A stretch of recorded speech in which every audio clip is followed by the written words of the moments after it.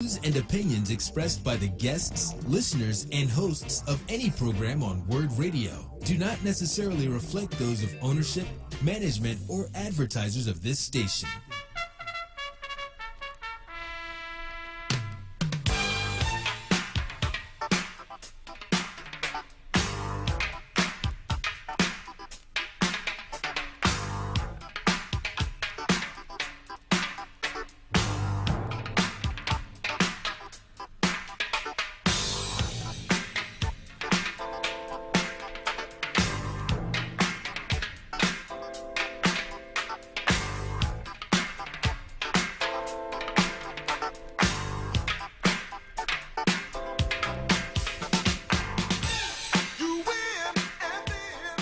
Good morning, everyone, and welcome to another edition of the Chris Murray Report on WURD Radio, 900 AM, 96.1 FM. Ladies and gentlemen, as we do every Saturday, we got a lot to talk about. We're going to have several guests on today. We're going to have John Mitchell, who covered the Washington Wizards for a long time, and we're going to talk some Sixers. But I'm going to try to make some sense, Jordan, of this whole Kwame Brown versus the world, what kind of thing? Because it has been borderline hilarious. Yeah, it's gotten out of hand. It is borderline hilarious, borderline sad, and borderline, well, not borderline anything. I'm just understating something here. Mm-hmm. But it's been somewhat, it's crazy. I was listening to it this morning, just getting ready for the show. And I'm like, man, oh man. I mean, now on a basketball level, was Kwame Brown? Well, I would never call anybody. Hey, if you make it to the league, you've made it to the league. Okay, I would refrain from calling him a bust. But compared to other players of that era, yeah, I mean, he did not play as well as he could have with his size and all that. But he had a lot of things to say about a lot of people. Some of the things I think is true, but considering the context of it and considering the spirit of a lot of what's being said, I mean, I don't know. Social media, one of the things I dislike about social media is that it becomes personal. I don't like to I try to refrain from Facebook arguments anymore because they get personal, not about the facts. It's just that people are locked into a battle of egos, and they're like, well, you can't tell me. I mean, I even had more than a couple of friends of mine defriend me merely because I disagreed. And, and I'm at a point where I don't mind people disagreeing. Y'all disagree with me on this show for some of the outrageous things I may say, and that's fine. My thing is, but don't attack my family, don't attack me personally, and all that. I mean, that's where it gets, the thing is, I can disagree with Stephen A. Smith, whom I consider a colleague and whom I've known for, a little bit. We don't know each other like we're boys like that, but we've been in the same press conferences. We even sat together at ball games, okay? So we've talked, and the thing, he even helped me one time, in terms right around the time when Maurice Cheek was about to be fired. I had written a column saying that he would be fired, and then he came up to me and said, "Well, this is what I heard, and this, that, and the other." And I will always respect him for that because Stephen A. off the camera is a nice guy, is a good guy in my opinion, And you may disagree with his points. I disagree with everybody. Okay. I disagree with some of the former hosts of of sports shows on this network. Sometimes I may disagree with Neil Scarborough or Monterey Phil. We disagree. I don't take it personally. I don't take it to you can agree to disagree, but but in this era we like to everything becomes personal now. But I'm gonna forget about that for right now because I'm gonna talk basketball. And I want to talk about the 76ers because I don't know if anybody reads if you read the Philadelphia Sunday Sun.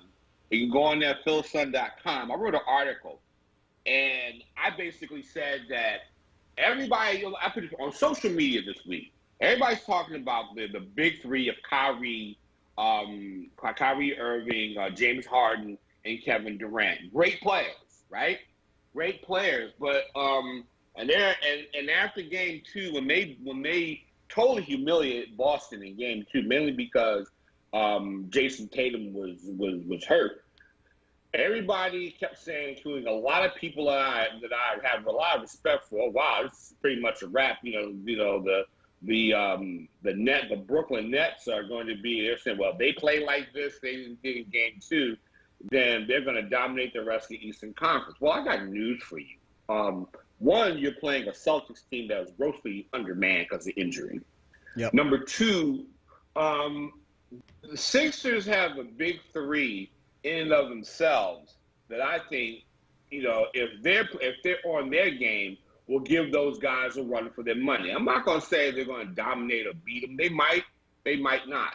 But what I will say is don't sleep on Joel Embiid. Don't sleep on Ben Simmons, shooting issues notwithstanding. Mm-hmm. And another guy, Tobias Harris. I mean, the thing is that, as far as I'm concerned, those guys are going to be there to play, and they're better defenders than anybody on the Brooklyn Nets. Okay, I will go on the record to say that I think that's going to be a competitive series. And if I'm wrong, I'm wrong. Not going to kill me tomorrow. But the thing is, those guys, people are forgetting. And don't get it twisted. I like that team in Brooklyn. I think they're a good team. And by the way, Jordan, let me ask you a question. This one before I get into all that. Mm-hmm.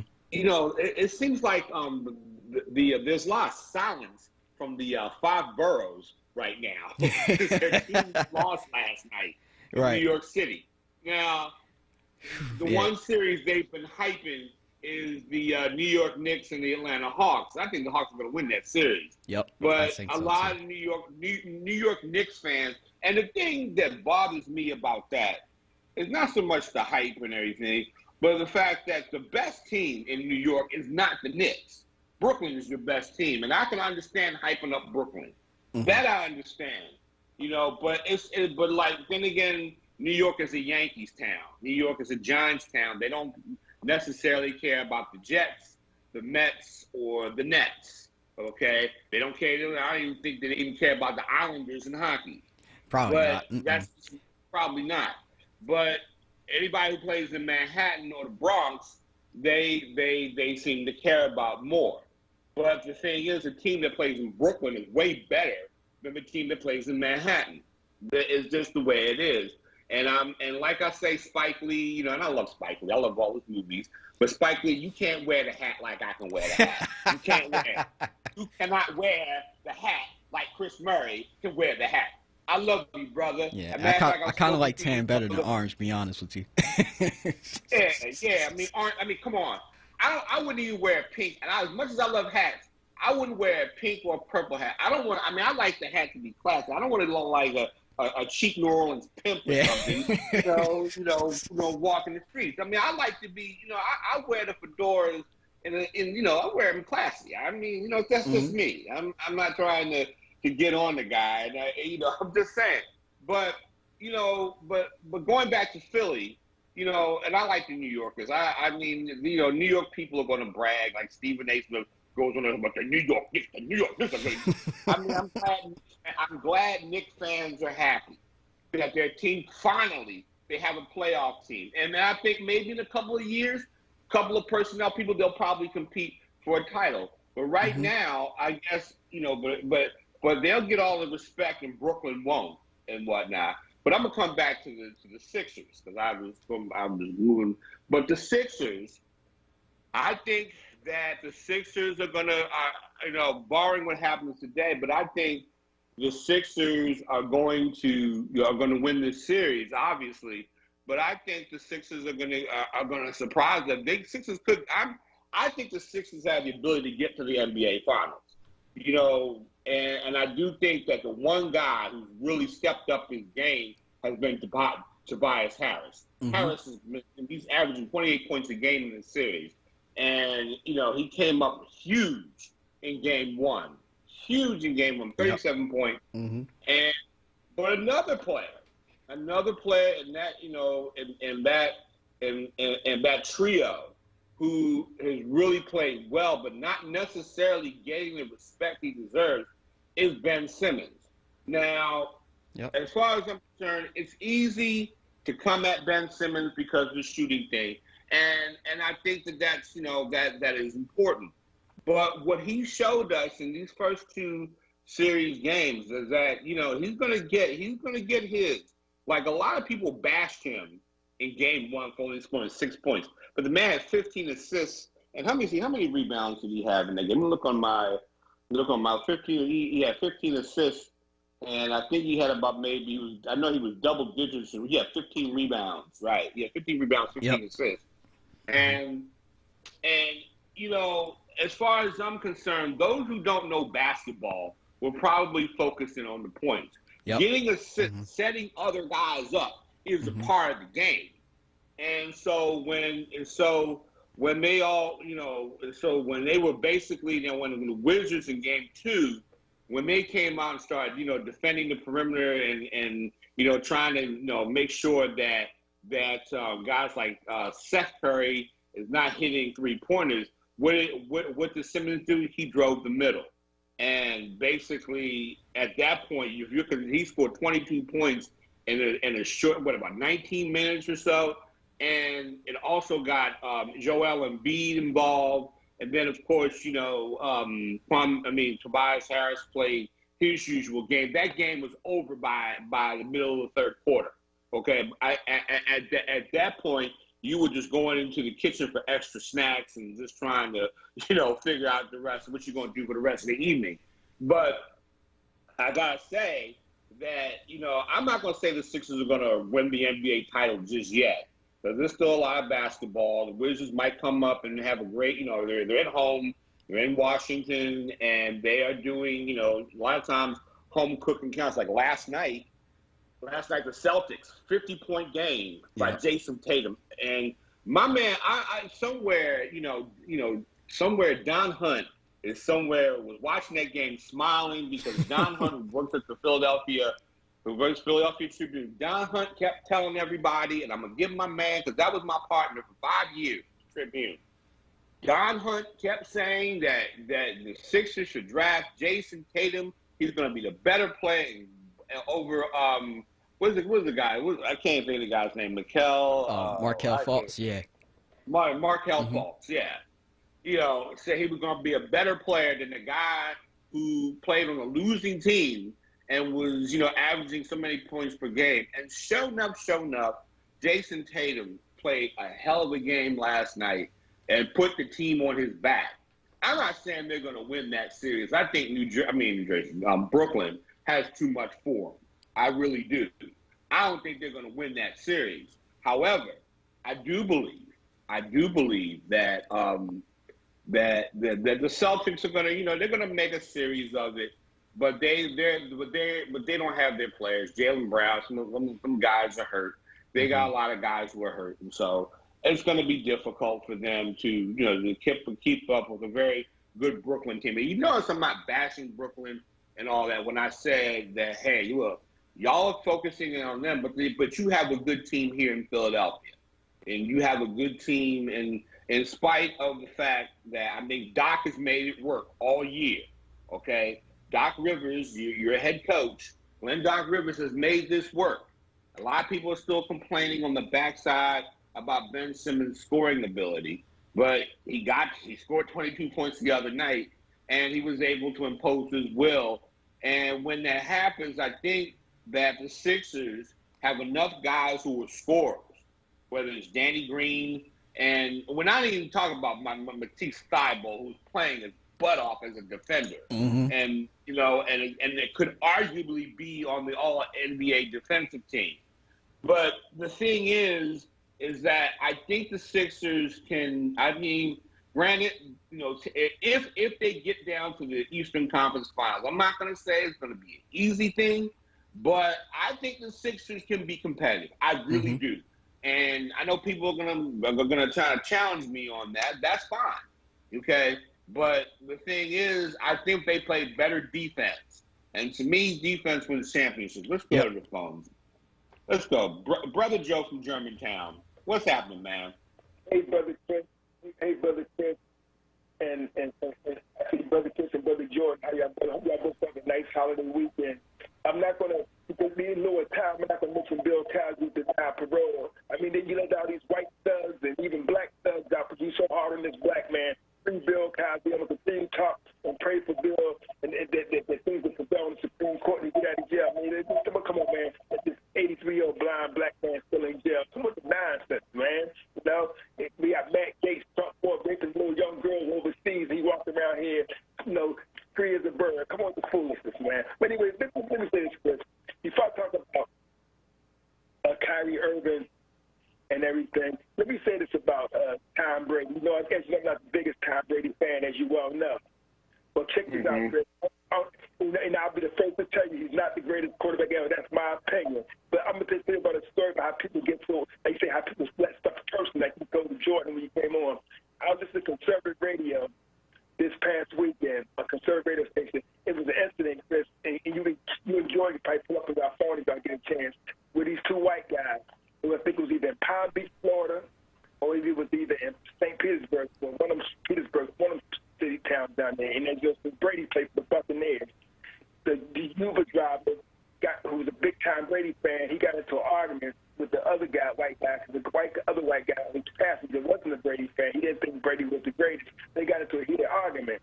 See, again, I understand the guy's sentiment, because I feel the same way, too, but you can't let your emotions get to the point where it becomes physical. When they got it, long story short, Chris and Jordan, they got into a heated argument, and the white guy that didn't think Brady was the greatest, the passenger, he assaulted the guy, and he punched him up, beat him up, and wound up breaking his nose. Now he's charged with sexual. Oh my God!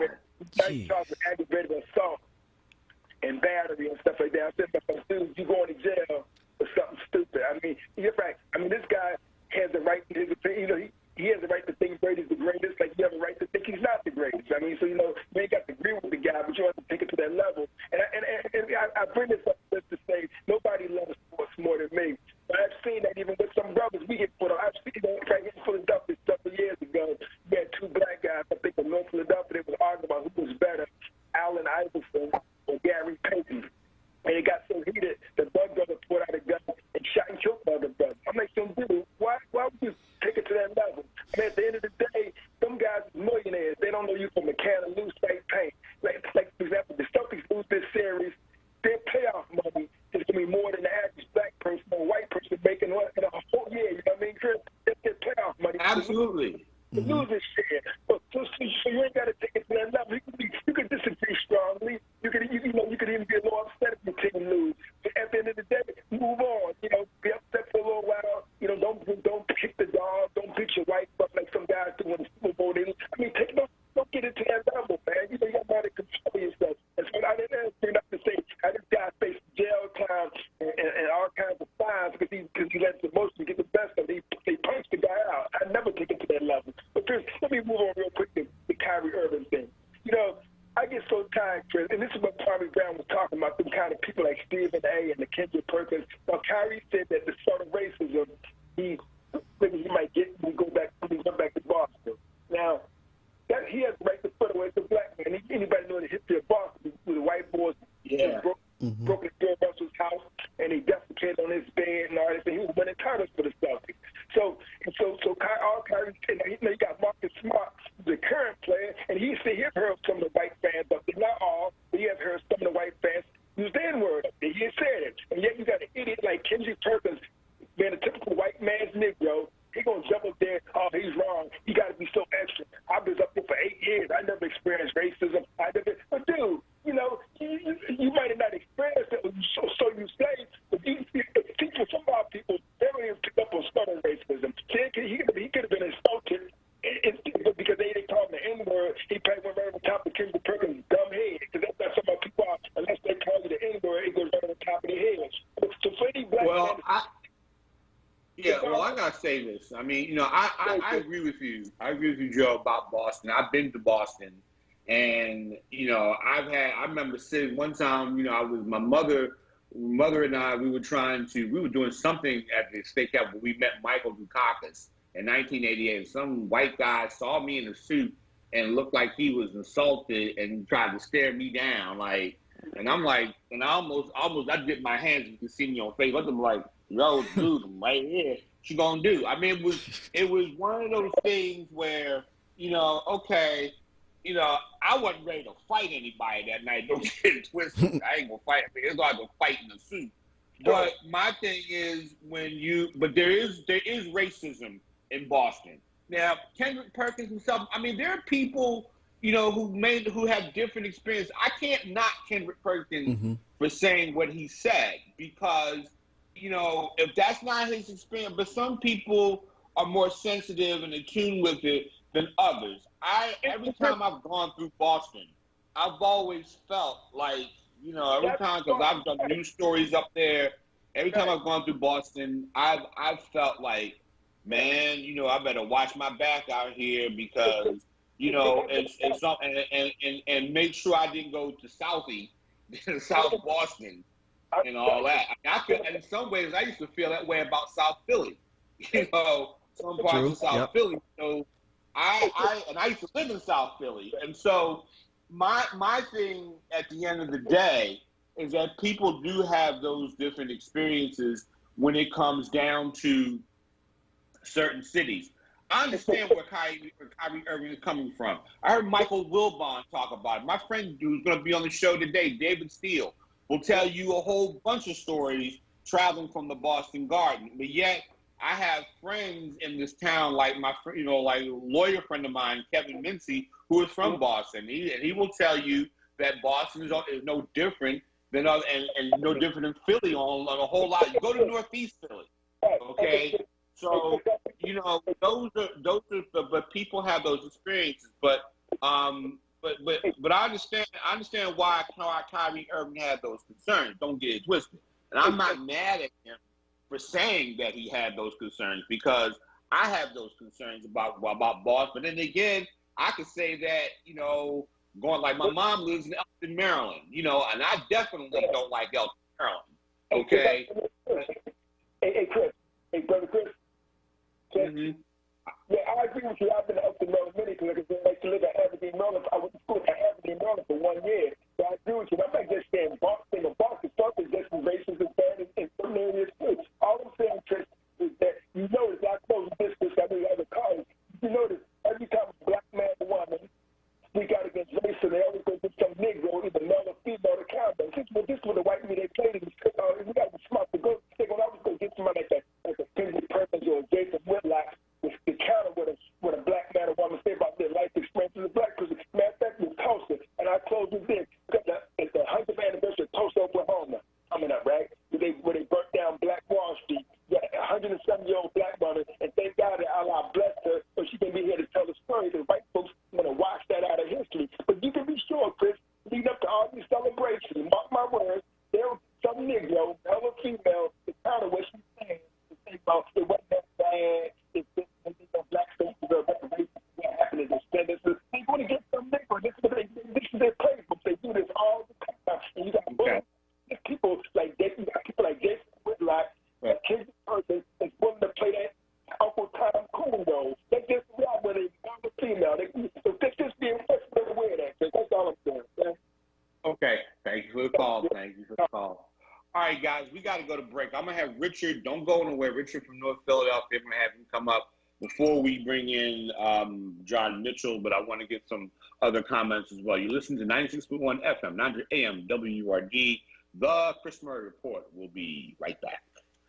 Olaniyan Adefume's goal is to assist families and students that are tired of the destructive input by the coronavirus. If you are interested in a math tutor, Olaniyan is offering small, reasonably priced classes that will focus on the PSSA test. Classes start June 21st. The students will have lessons, tests, homework, and a textbook to keep with PSSA exercises and explanations. Knowledge is power. Call Olaniyan Adefume, 215-678-3830 for pricing information and location. The Pennsylvania Horticultural Society supports WURD and presents the 2021 Philadelphia Flower Show, Habitat Nature's Masterpiece, June 5th to 13th. Now blooming outdoors for the first time ever at FDR Park in South Philadelphia. Safely enjoy 15 acres of blooming gardens and artful floral displays, shopping, entertainment, and new food and beverage options, including park picnics and beer gardens, taking place outdoors this summer. Tickets and details available at phsonline.org.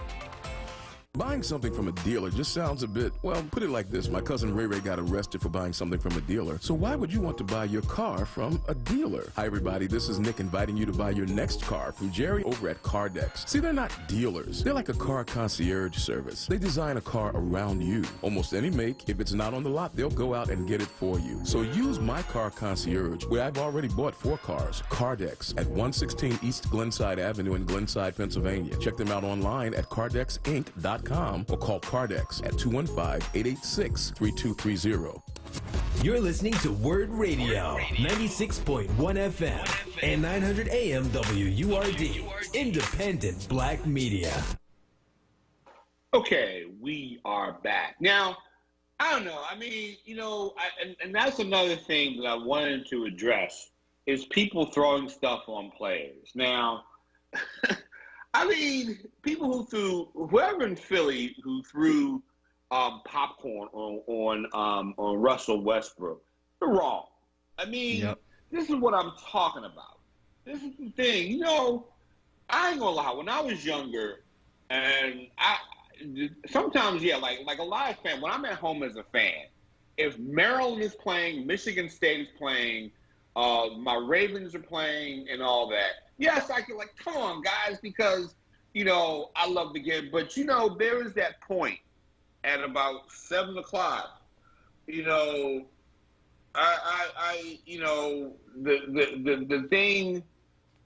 thing that, after about 7 o'clock and the game is over, hey, you know what? I got papers to grade. I got to get ready for my next show. I got a story I got to write, okay? And I try not to, as I get older, in other words, I don't get emotional. And when you covered football and sports, there's a point where you can't get emotional. These guys they're not as emotional about it as you are, as fans are.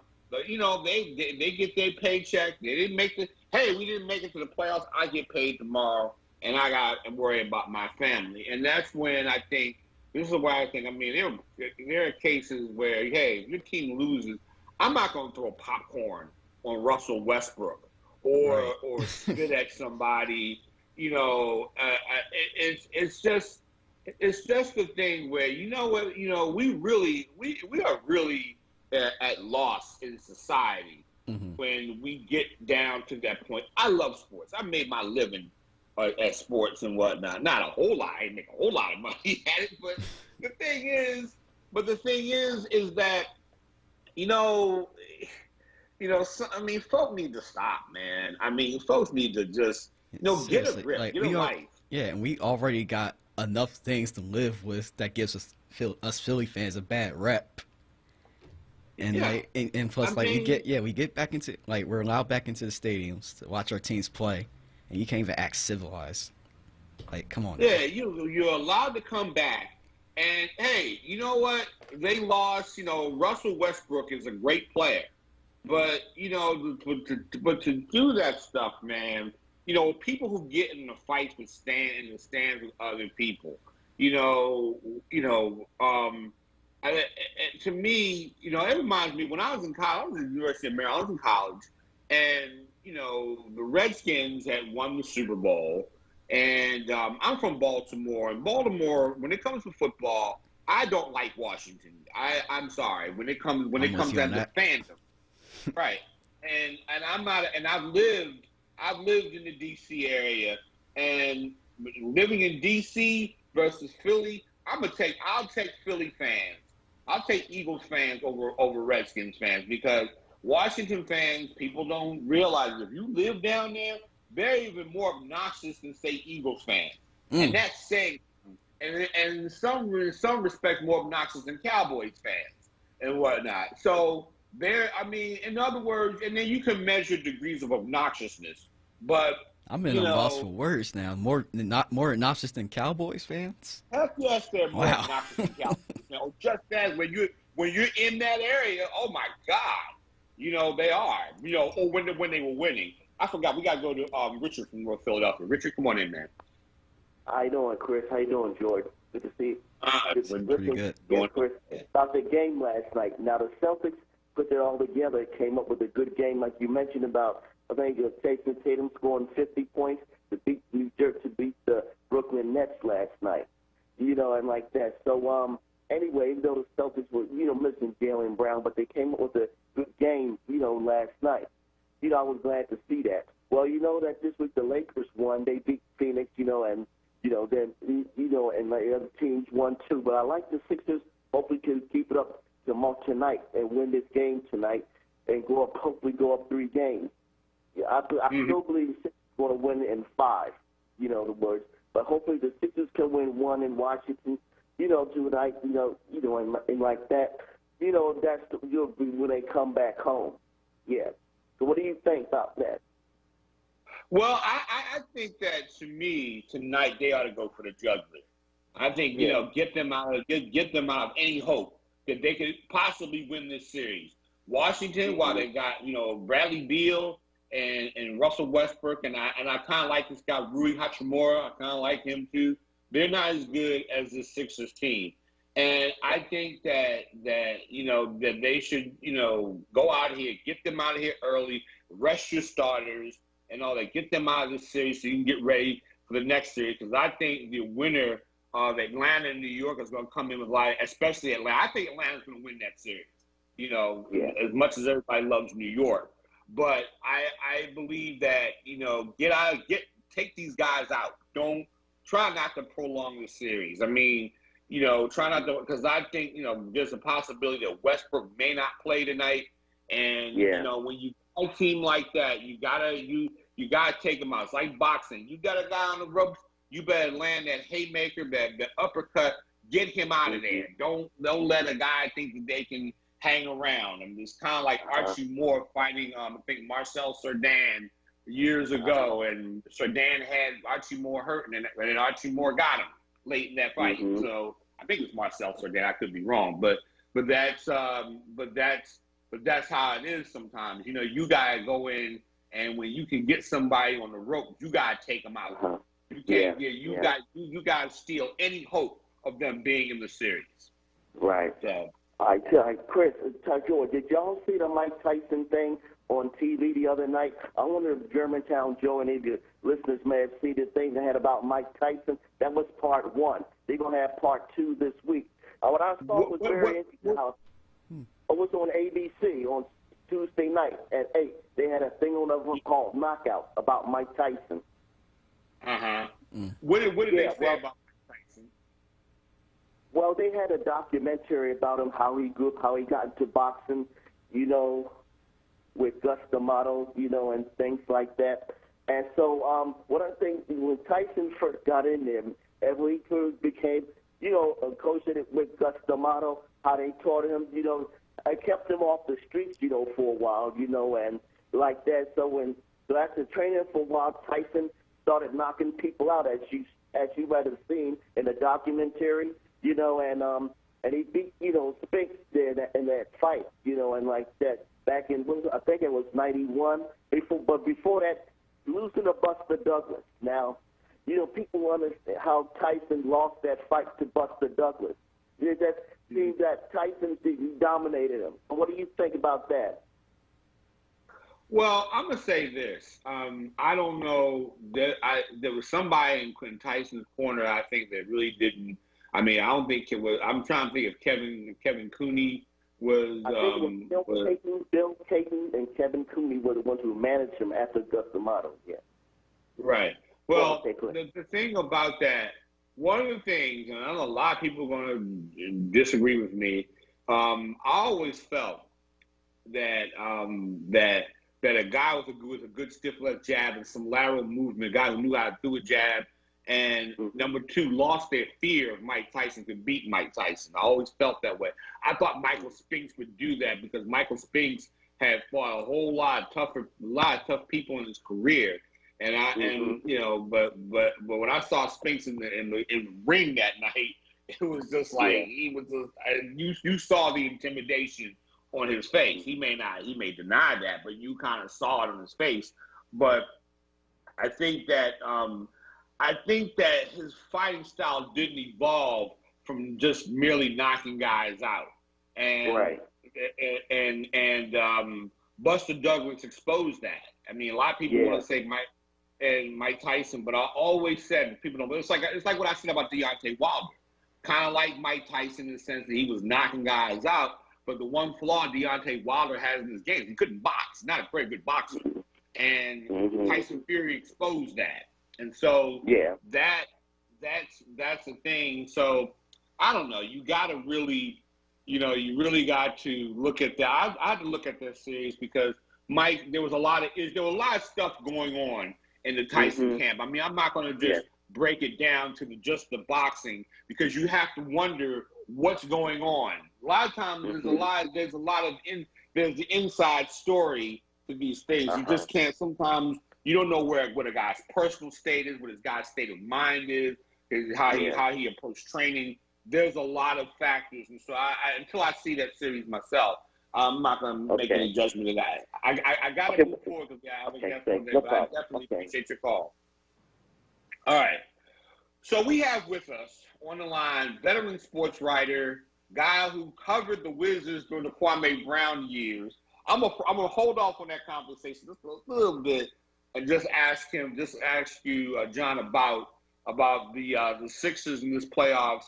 And I'm going to refer to an article. I know you may not have read it, but I basically said in my article in the Sun this week was that, the Sixers have a good big three in and of themselves. Are they good enough to beat Durant, Irving, and James Harden? I don't know.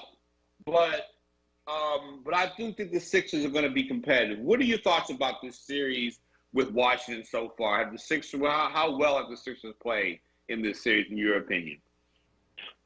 Hey, thanks for having me on, Chris. I think they played well. I think the one thing that stands out to me about watching the Sixers more so than any team in the league is they have this tendency to get their hands on balls. They get deflections. They're blocking shots. We saw Matisse with 4 block shots and I think 5 steals, or it might have been reversed the other day. One thing about the 76ers that I like is that they've got arguably 3 of the top 10 defensive players in the league right now. Joel Embiid, Ben Simmons, who I think has been the best defender all year long. And Cyber, no other team can say that right now in the playoffs. The Clippers have Paul George and Kawhi, but they obviously had their hands full with Luka right now. But honestly, I never thought that Washington was built, and they're not built to beat the 76ers. Washington's got I love their backcourt, but they've got a deficit in the front court. It's just not going to. They're a stepping stone for the 76ers. Let's be honest. I don't think the Sixers will take them lightly because Doc is not cut from that cloth, and I think Doc wants to prove. Last year, I think he's motivated because of last year with the Clippers and how things worked out there. So honestly, this almost feels like a warm up. And now that they're with Westbrook being questionable, I mean, he's the type of guy who could get a win. Between him and Bill, they could get a game or two, but no more. No more than 2 games for Washington in this series. And really, they could get swept. They could get, like you say, if Washington is not at full strength today, and even if they are, the Sixers are just a better team. Yeah, I was gonna just say I just think they got to get them out of there, too soon, because I don't think you let a team that's not that good, I don't think you let them hang around like that. And I think that the Sixers, and I think Doc is the type of coach who's not going to let them let up. They've got to come out really, really strong in this series and just get them out of there and just get ready for the next series. And I don't think, and to be honest about it, I don't think either Atlanta or New York is going to match up against the Sixers as much as I like Trae Young. I mean, much as I like him, much as I like his game and his heart and his courage. I don't think that any of the two teams in the Sixers are in a good situation to get to the finals of the Eastern Conference. It's just that standing, and I still say standing at the summit of the Eastern Conference will be the Brooklyn Nets, unless Milwaukee has something to say for that. I'm wondering what you're thinking about Milwaukee right now, because we're not giving them any kind of credit right now, are we? Can Milwaukee win the Eastern Conference just as much as either the Nets or the Sixers? Oh, they absolutely can. They've added their roster with a player that we were all fond of. When they added Drew Holiday, Chris Middleton is playing well, and I think that the Greek Freak, he's another guy who wants. He has something to prove right here. He goes out and wins MVP, looks like the best defensive player in the league at times. Then they get to the playoffs, and teams figure out a way, or have figured out a way, to slow him down. I think he's taking that to heart and doesn't want that to happen this year. They're a better team. They've had a few pickups this year that have improved. They're a better team than they were last year. I'm with a guy like Malcolm Brogdon, but they just blew through the Miami Heat. That series is over. Mm-hmm. So I think people just tend. Lots of times it's with this market size thing. People look at Milwaukee and say that, well, it's Milwaukee, but Milwaukee has been there at the end each year, and they've got a young superstar who wants to prove that he doesn't flame out during the playoffs. And he's the one guy when against the Sixers, he kind of equals out Joel Embiid. As good as Joel's been playing, and I think Joel's been the best player in the league this year. Right. I don't think he's going to get the MVP for reasons I really won't go into, but I think Jokic's going to get the MVP. Number one, because he's played more games than Embiid, but there's not a general manager in the league that would take Jokic over a healthy Embiid. That's true. So I think that I think the 76ers they were the number one seed, and that's given them Washington, and it will give them, in all likelihood, the winner of. And I think Atlanta's going to win. I think Trae Young is showing that he's the best player in that series, and Julius Randle's really got to wake up. He's got to, and I'm not a huge fan of his. I never have been a huge fan of Julius Randle. But it's now or never for him. I think that the whole Atlanta versus New York thing is somewhat of a media creation. We talk about because I got to go to break. I mean, interrupt, but I got to go to break. But hold that thought. I want you to talk about it when we come back. You listen to 96.1 FM, 900 AM, WURD, the Chris Murray Report. I'll be right back. Between family dinners, bedtime stories, and study sessions, Pico knows that life never stops moving. So if you need help paying your energy bills, there are financial programs available, like the Customer Assistance Program, or CAP, that offers a monthly credit that can lower your gas and electricity payments. Learn how Pico can help keep your life moving with CAP. See if you qualify at pico.com/CAP. Hi, WURD family.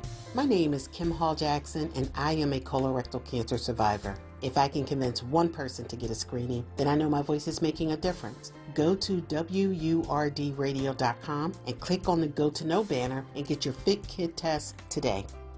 WURD Radio has partnered with the Colorectal Cancer Alliance, Independence Blue Cross Foundation, Penn Medicine, and LabCorp to provide a free at-home screening test for colon cancer. All WURD listeners can register for a free at-home screening test as a part of the Go to Know campaign. This campaign is designed to provide African Americans with free testing for early colon cancer screening.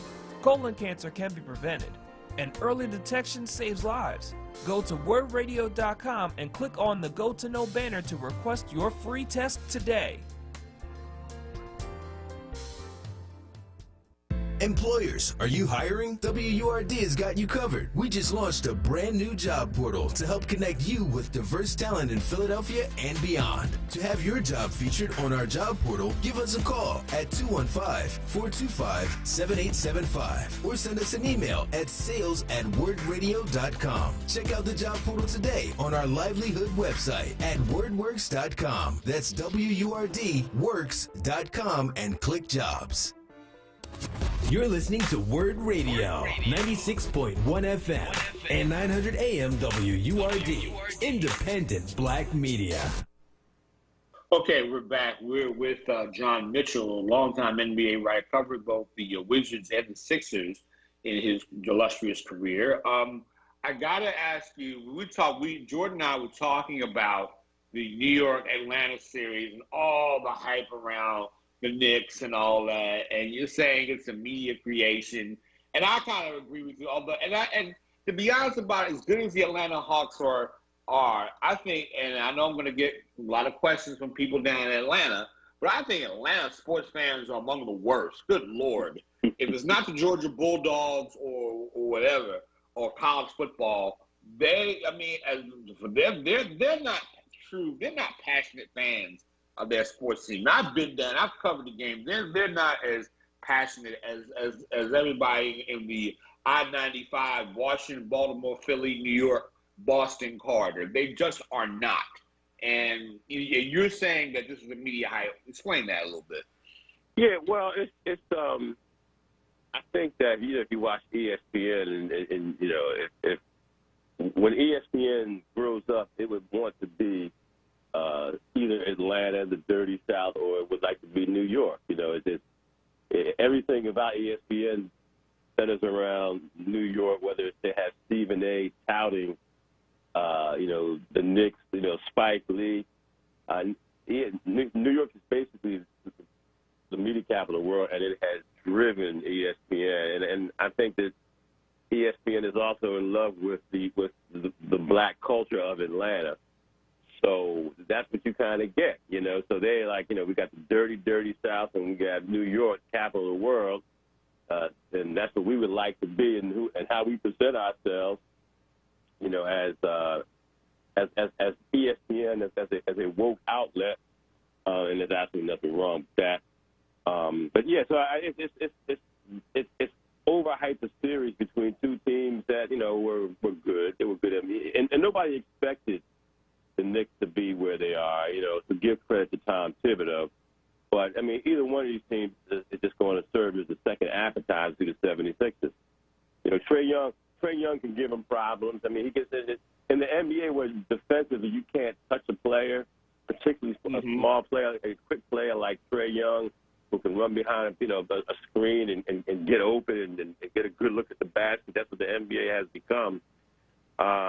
He's the kind of guy who can blow up against the Sixers in a game or two, but they're not going to beat the 76ers. The Sixers are waiting to get to the Eastern Conference Finals, and that's what they're playing for. For a chance to go face either the representatives of the West in the NBA Finals, and that's their goal. Doc doesn't have them. He's not looking at Washington. He's not looking at the winner of Atlanta and New York. He's looking at this team getting to the conference finals and getting to the finals. Right.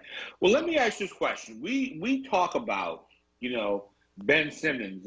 Someone, I think Rob Motti of the AP asked him about his game, I think after game 1 or game 2, I think it was. And, it was almost as if Simmons kind of felt, because he had 15 assists, 15 rebounds, something like that in game 1, and then he scores points. The thing about there are a lot of people still fixating on his ability to hit the outside shot.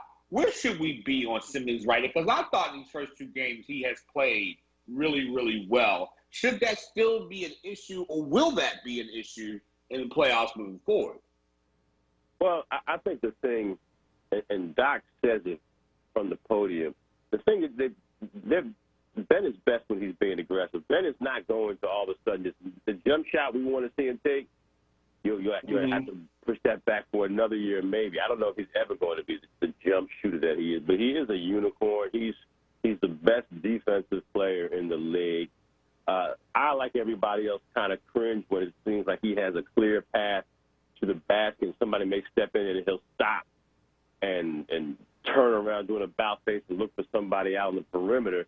But he also led the league in assists on made threes. So it's kind of hard to complain. But a guy who's got 15 assists and 15 rebounds, and he came out and he played very aggressively in game two. It was like 11 or 12 points in the first quarter. So what you're saying is he'll give you what nobody else will give you, but people look at Ben Simmons and say he's so unique and talented that if he adds that jumper, and I agree with this, if he ever adds that jumper, it's game over and lights out in that league. But I don't personally, he hasn't added it yet. He can get better at it, but he's got to attempt it. But once you get to the playoffs, that's not really the time for experimentation. Right. You do what you do. What he does is he's a great defender.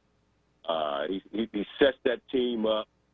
He sets it in, and as long as those guys are hitting those threes and spacing the floor, which has probably been Doc's biggest emphasis, and that's why part of the reason why Joel Embiid has become such a dominant player. I mean, he can go, he gets the shot wherever he wants to, whether he's posting up or whether he's hitting that mid-range jumper, even when he takes the three. The three that we all used to cringe when Joel used to take it. Now it's falling more. So again, it's hard to complain about what we've seen out of the 76ers. We wish Ben Simmons would take a jump shot, yeah, but you're not just going to see a guy that hasn't been his MO and hasn't been part of his repertoire. It's not going to happen this year in the playoffs. Now, this summer, Chris, I don't want to see any more videos about Ben taking jump shots. And we see that every summer about how he's making these jump shots. And if you go to games, you will see him taking jumpers and making them prior to the game, and he just doesn't take them in the games. But I do think he's only got 1 year under Doc. He had all those years under Brett Brown, which is going nowhere. So we've seen how Joel's game has gone to another level. Defensively, Ben is better than he's ever been. There's just that one component missing from his game, and I think Doc is a guy who we'll sit down and talk to him. Hey, man, I played with some great players, and they improved elements and aspects of their game that made them greater players. And trust me, Doc's having that conversation with them. Ben's just going to have to commit to it, but I don't think he's ever going to be a guy who is a jump shooter. Yeah, I'm gonna change. Since I got about 3.5 minutes left with you.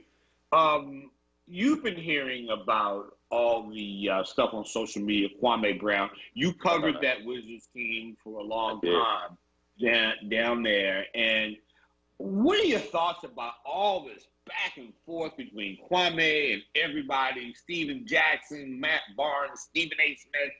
What are your thoughts about all this? Is Kwame just talking trash, or is it just what's going on here? I think, like I said, I covered Kwame. I've known him since he was a teenager, since they drafted him. He was on that beat for 10, 12 years. Kwame he came into a very dysfunctional situation. The Wizards were extraordinarily dysfunctional then. Even though, MJ was there, that just brought more dysfunction to it. Placed him under a microscope as being the first player drafted number 1 out straight out of high school. Kwame,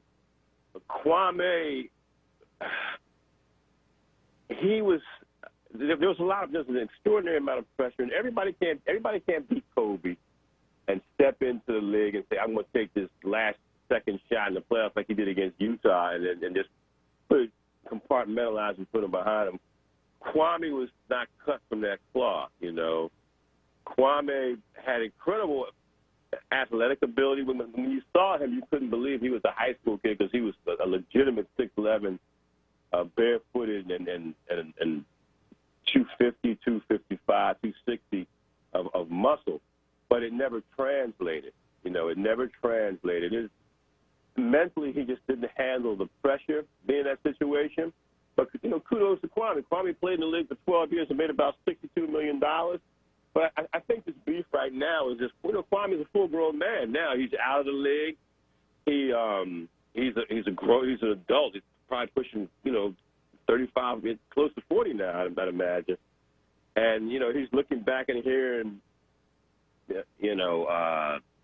Steven Jackson say these things about him, Gilbert Arenas say these things about him, Becky with the good hair. And he's like, hey, man, you know what? I'm an intelligent person. I'm no longer playing. And for you guys to take shots at me like this, I can take shots too. And, that's the beauty of social media. If you want to talk and get your voice out there and have something to say, and people will listen. Because Kwame's he's been a bit of a whipping boy, obviously. And he was never going to change the dysfunction of the Wizards. I mean, that dysfunction has been in place since the days shortly after Elvin Hayes and Wes Unseld left. It's just been an organization in dysfunction. So it was a bad situation for him. But you know what? If he feels the need, because he was always pleasant. He's very pleasant, very respectful. I can't say anything personally bad about Kwame Brown. And as another black man, I just don't believe in getting into the whole throwing darts back and forth and getting petty, right? On levels like that. But I can't say anything bad about Kwame Brown. He was they were trying to make him a player in a situation that was full of dysfunction, and he became the whipping boy. And so he's just kind of, he's standing up for himself, and I just think that I hate to see it. I mean, I really do. I think some of it is kind of funny on one level, but it's also sad to me. It is. As far as I'm concerned, I have to end the segment now, but I'm just saying, as far as I'm concerned, I just think the whole situation is sad. But I think Kwame, has made himself into, even though I think he might be bitter about it, I think he had to overcome a lot. I mean, we don't know that backstory. So, John, I gotta end the segment, man. We gotta definitely do this again. And but like I said again, thank you for being here. Ladies and gentlemen, we got to go. Go to a break. And like I said again, John, thank you for your contribution today. You're listening to 96.1 FM 900 AM WURD, the Chris Murray Report. We'll be right back. Hi, this is Philly Congressman Brendan Boyle, reminding you to please get your COVID-19 vaccine. Remember, the vaccines are free, safe, and the best way to protect you and your loved ones from COVID-19. And if your vaccine requires a second shot, please don't skip it. It's just as important as the first. If you want more information, you can email me at brendanboyle@mail.house.gov. Remember, Philly, our best shot at beating COVID is through the vaccine. Paid for by official funds authorized by the House of Representatives. The Sankofa Freedom Academy Charter School is an African-centered public freedom school that is looking for experienced, certified teachers in kindergarten through 12th grade for the 2021-22 school year. These positions are full-time and come with full health, vision, dental, and retirement benefits. Salary is comparable to the School District of Philadelphia. Interested parties should send their resume and cover letter via email to careers@sfacs.us. For more information, visit sfacs.us. Tune in Saturdays from 1 p.m. to 3 p.m. to hear Empire Capital and Consulting founder Mark Palmer's show titled Black Money, Black Power. This show centers around black money and how black power is derived from money. Tune in every Saturday from 1 p.m. to 3 p.m. Black Money, Black Power, hosted by Mark Palmer. Brought to you by Comcast and supported by the Knight Lenfest Local News Transformation Fund. Tune in to Save Space, hosted by Sincerely Sarita, Wednesdays at 8 p.m. for The Plug. Updates and the latest discussion with black entrepreneurs. This is WURD Radio, 96.1 FM and 900 AM WURD Philadelphia. Independent Black Media. You're listening to WURD Radio, 96.1 FM and 900 AM WURD. Independent Black Media.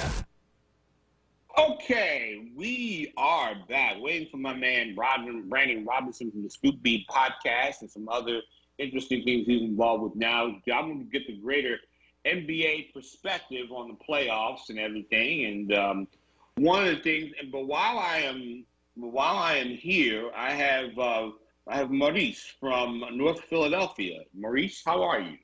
Hey, brother, how's it going? Man, I'm here, baby. I'm right here. How you doing? Good in yourself. I want to make a couple points. The guy, the guest you just had on, that covered with Kwame Brown in Washington, I think you asked some questions, but he missed some fine points. Kwame Brown was drafted number 1, but he wasn't supposed to stay in Washington. He's supposed to go to Chicago. Right. Michael Jordan was supposed to bring Elton Brand to D.C. A. Puller didn't want Elton Brand, so he kept Kwame. If you go back and look at Kwame's hand, Kwame's hand was broken. But it's ironic that New York Times, New York Post, and Black Enterprise picked up that story a couple of days ago, and they ran this whole video of what Kwame Brown was saying. Kwame Brown illuminated what Martin Luther King always said about the black media. In 1967, where do we go from here? He said the black media was never a friend of a civil rights struggle. Stephen A. Smith and others like Stephen A. Smith have a habit of beating down the black athlete. And Kwame Brown. Well, let me stop there. I don't consider, like, Stephen A. Smith, although he is a black media person, is not a part, and I say this because I've been in the black press for a while, he is not a part of the black press in general. Maybe, and I think that, there are certain black media members who, have a certain opinion on things, but I don't think it's like the black media in general. But that said, I just wanted to just to make that clarification. But continue your point. I apologize. Continue your point. But he has a duty as a black man. He has a duty to protect the black community. That's why he was always put in that position. If you go back to the earlier writers, such as the sister that helped start the NAACP, that's his duty, to cover the game fair. Now, he can judge Kwame's skills. And then he can say, okay, he didn't live up to his part. But to call a man a bum and a bust, who's more of a bust than Shaquille O'Neal? Shaquille O'Neal had some of the worst skills as a big man in basketball. But because he played with great players that made it easy for him, he was able to have success. And he was stronger than a lot of people. But when you look at the great big men, wait a minute, if you look at the great skilled big men, Shaquille O'Neal is not in the top 10. Now, he's in the top 10 far as strength, but far as footwork and skill, he's not better than, say, Artis Gilmore. He's not better than Kareem, Olajuwon, Bill, or Wilt. He's not better than Bill Walton when Bill Walton was healthy. Okay. Well, let me say this, though, but you got to give me, but Shaq won. Shaq won a lot of those championships. Shaq just dominated the middle better than a lot of people. He may not have had, those guys you mentioned have different skill sets than Shaquille. Shaquille was just able to use his brute strength. But let me say a couple of other things, to throw in there.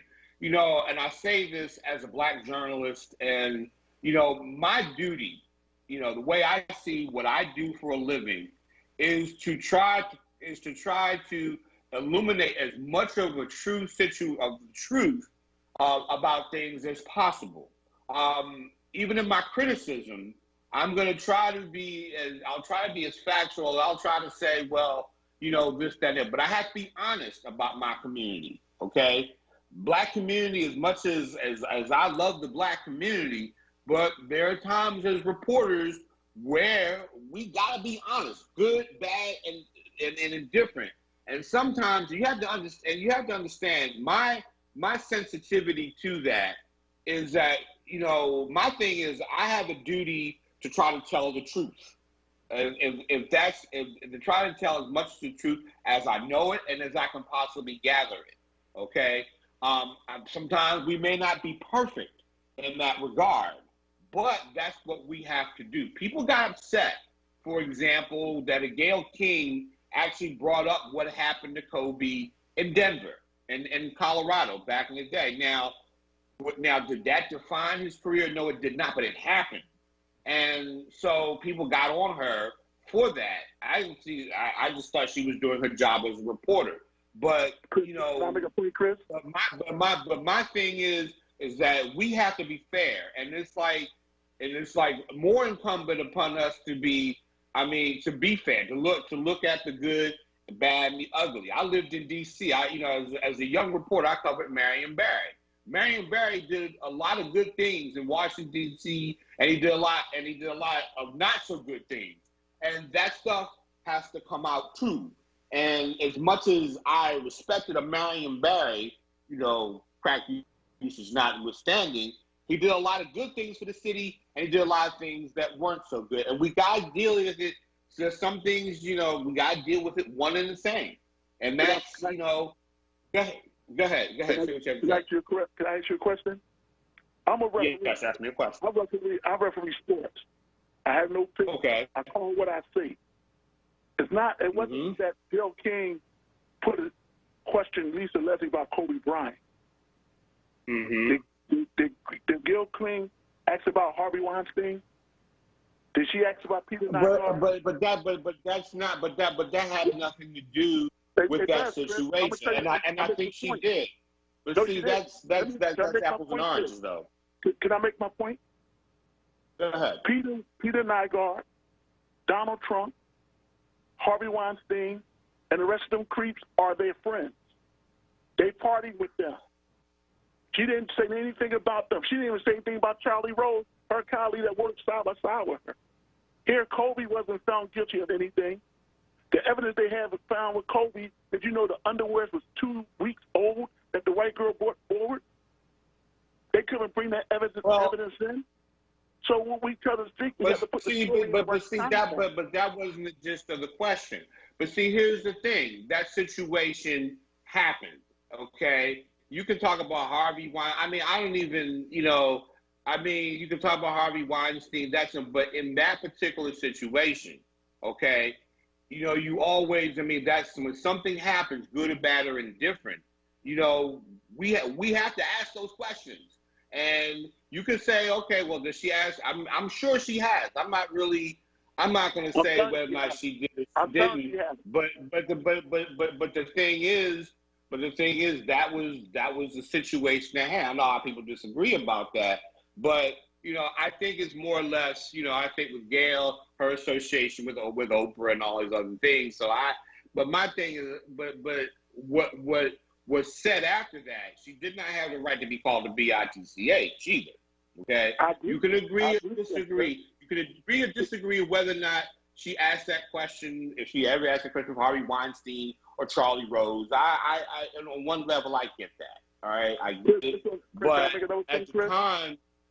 Go ahead. I got to get to my guess. There's nothing wrong with asking the question, Chris. In her question, she suggests that Kobe was guilty. And that's where her and Lisa, well, I don't see it that way. She suggests that Kobe was guilty. That's where the problem rose in. That's where the problem came in at. It doesn't matter after something happened in your life. You're a journalist. But do it in the right context. Be fair. You come from right. Hood. Well, she said. Well, I think she said. Don't build your credibility off of him. And because she tried to do that, that's what the backlash was about. Not about her asking the question on how she suggests that he was guilty, even though the evidence was there. Because she stated to Lisa Leslie, you wouldn't see that as your friend. That's what she said. Yeah, but even that question was, well, you might not have known that. Well, you know, then again, with the way things are going and the way these things have been reported, there's a lot about celebrities you may not know. But it just happened that way. But I don't think she damaged his reputation or his legacy. It was a question that she put out there. And even in the end, she said, well, maybe this is a question. She even questioned herself in that situation. She said, maybe this is something we need to ask. But my thing is, when you look at that situation in totality, I think Kobe, after that situation, grew from that situation because I think he began to realize what was at stake. Maurice, thank you for the call. We got to get to our next person. We got Brandon Robinson, Scoop B Podcast. Brandon, you are everywhere. It's hard for me to keep up with you. Where are you right now? I'm now digital NBA insider at Valley Sports Network. Oh, okay. So, man, I gotta tell you, in that case, I'm proud of you because you've grown in your career. Now, these NBA playoffs and whatnot, what are your observations? What has been the most compelling series that you have been watching in this whole thing? And I know you're a New Yorker, but what's been the most compelling series in these whole playoffs? Well, it's funny you mention that because Philly and Washington have been boring, and I think one of the most interesting series, honestly, has been the Jazz and the Memphis Grizzlies. And I also think Portland and Denver have been interesting to me. Mm-hmm. Yeah, I would say both of them. I mean, Jokic is playing well. I look at Ja Morant is really starting to add his star to the list of stars in this league. Even in the loss, and he scored like 47 points in the loss to in game two of that series. Yeah, he scored 47 points in 43 minutes in that series. But the reason why Memphis lost that series, one, Donovan Mitchell came back after not playing basketball since April 16th, and I believe he scored 26 points in that game. But I'll add that when you look at that series, particularly with that game, there were about 6 Jazz players that scored in double digits. Rudy Gobert had 21 points and 13 rebounds. Mike Conley had 20 points and 15 assists of his own. So, Utah as a team, is starting to come together. I mean, you had Joe Ingles who chipped in. You had Bojan Bogdanovic that showed up to play. Game one for Utah essentially was a wash because Mitchell didn't play and was upset. He was scratched minutes before and the lineup minutes before the game, and sat on the bench. And there was a discussion that perhaps he had some issues with Quinn Snyder, head coach, and some other things. But yeah, game two they did their thing. They play again tonight, and I'm looking forward to it because many people didn't look at game one as a winnable game for Memphis. And just Memphis' story the last year to me is interesting.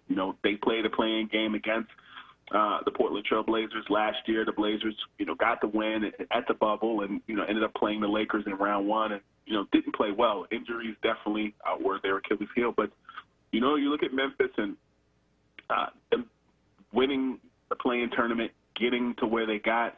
Memphis on the low has been getting better every year, and I look at just last year, the Blazers struggling at the beginning of the season and ultimately signing Carmelo Anthony and, Damian Lillard was hurt at the beginning of the season. That's what gave, the Grizzlies a rat's nostril size of an opening to kind of, be successful. And, they just didn't make it to the big dance last year in the playoffs. And, they're making up for lost time this year. Dylan Brooks, Jaren Jackson Jr., Jonas Valanciunas, and others on that team are playing well in Taylor Jenkins' program.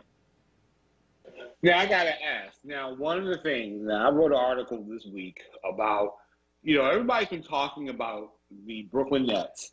They have the best three. You hear it on Stephen A's show, on First Take, Max Kellerman. Everybody's saying that, hey, nobody's going to be able to stop Harden, Kevin Durant, and Kyrie Irving in these playoffs. And one of the things I said was, hey, as good as they are, Philadelphia, is starting. Their big three is starting to emerge, especially with Tobias Harris scoring 37 points in game one, averaging 28 points per game in the series, and even with Ben Simmons' quote unquote shooting situation notwithstanding, the Sixers, I'm not going to say they're going to win that series if they play Brooklyn because Milwaukee has a lot to say about it, and they've been playing really good. But who do you think has the best chance of all of those three, Milwaukee, Philadelphia, and Brooklyn? Who has the best chance? Because I think Milwaukee has a lot to prove. The Sixers have a lot, and I think the Nets want to prove that their big three can play together. How do you see this collision course happening at this point? Well, I'll tell you what. first and foremost, it's not a foregone conclusion that the Nets will go to the finals. I've always felt as though, from positions 1 to 15, the 76ers have a great team. And it's not just Ben Simmons. It's not just Joel Embiid. It's not just Tobias Harris, Chris. When I look at this Sixers team, I don't know if you know this, but in Game 2, Matisse Thybulle set for Philadelphia. He totaled 5 blocks and 4 steals in a playoff game. He was the first bench player to achieve that feat. And when you look at the Sixers' chances of, trading to get James Harden, I can tell you that Houston wanted a package that included Ben Simmons, Matisse Thybulle, Tyrese Maxey, and potentially some future first-round draft pick considerations. And the Sixers said no. And so when I look at what the Sixers have done and how they stood pat, in comparison, the Nets, they gave up some pieces that, the big man that they had to kind of cosmetically sign through the free agency wire. I like the Sixers' chances. I do like the Nets, but this is what I'll say. They have some flaws in their game. Specifically, you saw that last night against the Boston Celtics, where they turned over the ball a plethora of times. And, Jason Tatum scored 50 points. Harden scored 41, but the difference maker for the Nets and the Celtics was this.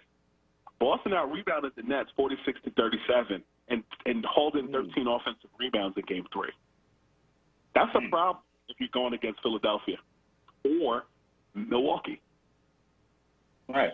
So now, what about this Milwaukee team? Because I think Giannis appears to be on a mission, and I think I think when a player gets on that kind of mission, that sometimes that team is tough to beat. Because of all the teams that I would, that Sixers fans might fear, they might fear Milwaukee even worse.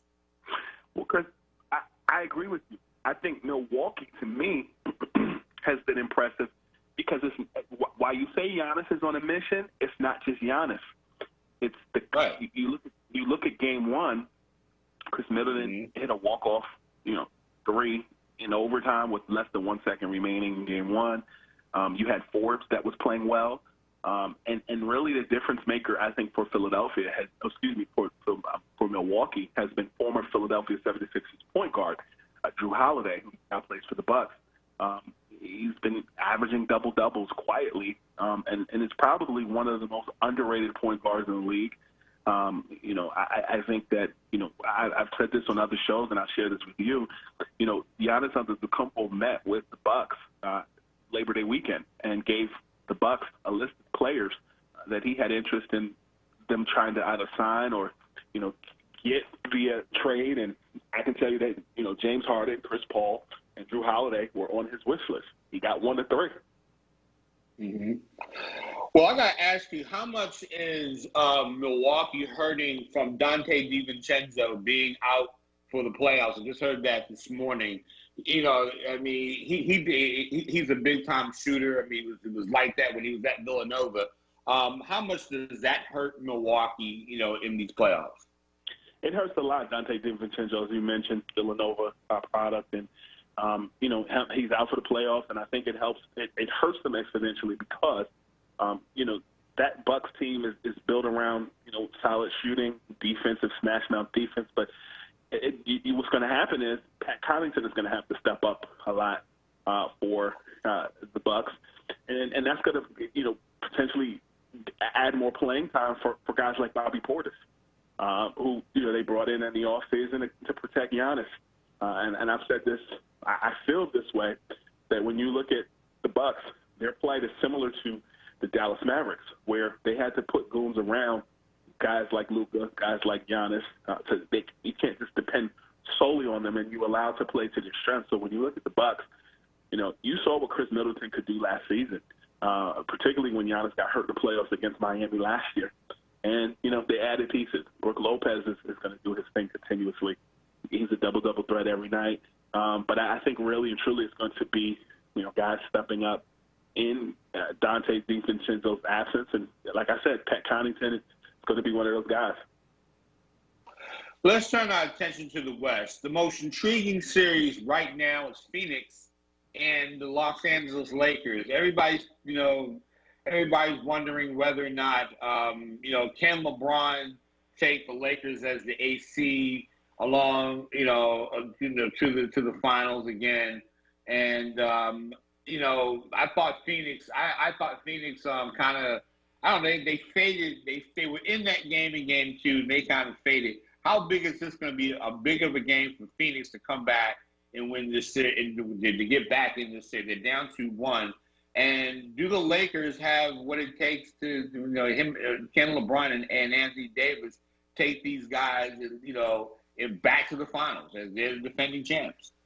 Well, I think the Lakers aren't a traditional 7th seed team, particularly just because of injuries, that have hampered the Lakers this season. I mean, this is the reigning champs.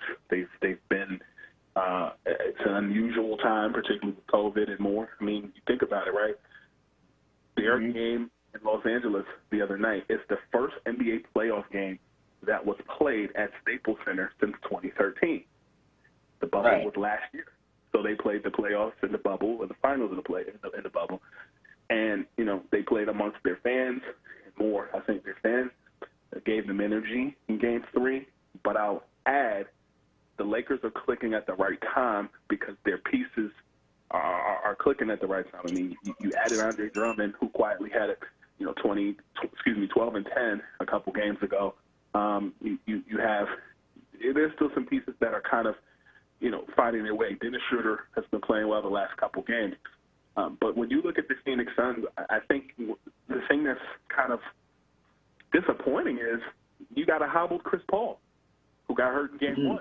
And, Devin Booker has always been a star to me. I think he is a hybrid Tracy McGrady, Kobe Bryant type player.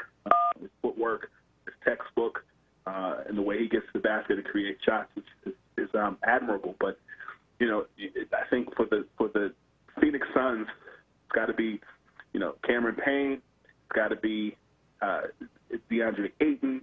It's got to be Jay Crowder. It's got to be all hands on deck if you hope to compete. But, I think Chris Paul makes everybody around him better. I don't think this series is over. I've said this. I still feel this way. I believe it's still going to be a 6-game series. I don't think that it's just an easy road for the Lakers. They still got to get past the Suns, and they got to look to the next round as well. So I'd like to see 6 games, and it just depends on Chris Paul's health on the Phoenix Suns side. Okay. Well, we got to end this segment and everything. Let me ask. This is just preliminary. At this juncture, and I'll ask this last question before I go to break. Who do you think who ends up in the finals at this point? I mean, it's just speaking after observing the first round, who do you think will make it to the finals? Just after mere observation. I know it's early, but who do you think is going? At this point, I do see the Los Angeles Lakers and the Brooklyn Nets in the finals. Okay. All right. Well, it is early. So, all right. Well, thank you, Brandon, as always. Man, thank you for being. Where can we find your work, man? You can find all my written work and on camera presence at Valley Sports Network, valleysports.com. You can also follow me on Twitter at ScoopB, Instagram and Snapchat at Scoop_B. And thank you as always for the opportunity to be myself, sir. Oh, no problem, man. Like I say again, and Sly Stone thanks you too. But in any event, we got to go to break, guys. You listen to 96.1 FM, that's the MWRD. Buckus Murray Report will be right back.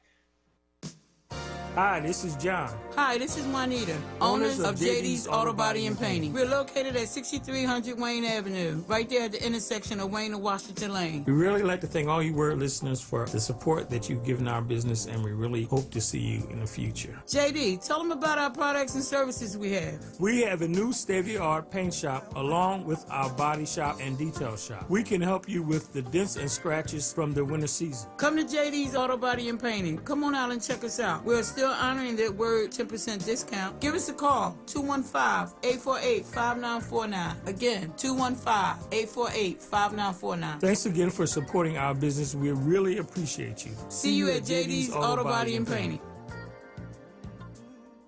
WURD Radio Digital Tip of the Month with Stephanie Humphrey. Brought to you by Comcast. I'm your Tech Life expert, Stephanie Humphrey, and this is your WURD Digital Tip.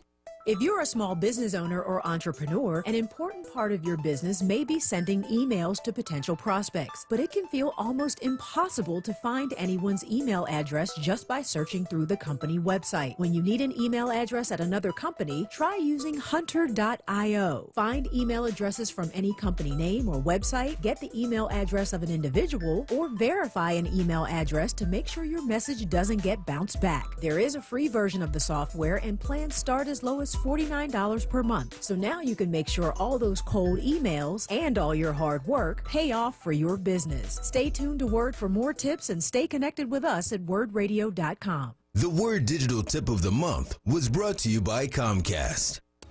You're listening to WURD Radio, 96.1 FM and 900 AM WURD, independent black media. Okay, we are back. But before we get back to today's festivities, I got a question for you. Are you looking for a job? Well, WURD has you covered. We just launched a brand new job portal featuring jobs from some of Philadelphia's leading companies and arts organizations. If you go to the portal right now, you will see jobs from WURD Radio, the Kimmel Center, Her Foods, Always Best Care, and of course WURD Radio and more. Apply for a job today. Go to our livelihood website at WURDworks.com. That's WURDworks.com and click jobs, and you may find yourself a job. Thank you very much. Okay, so our next segment, we are going to, I'm waiting for my man, longtime Sporting News columnist, David Steele, who written for a number of papers, and matter of fact, once covered the Knicks. We're going to be talking about a little bit about his book. He wrote a book called Silent Gesture. It was the autobiography with Tommy Smith, who raised his fist at the 1968 Summer Olympic Games in Mexico City.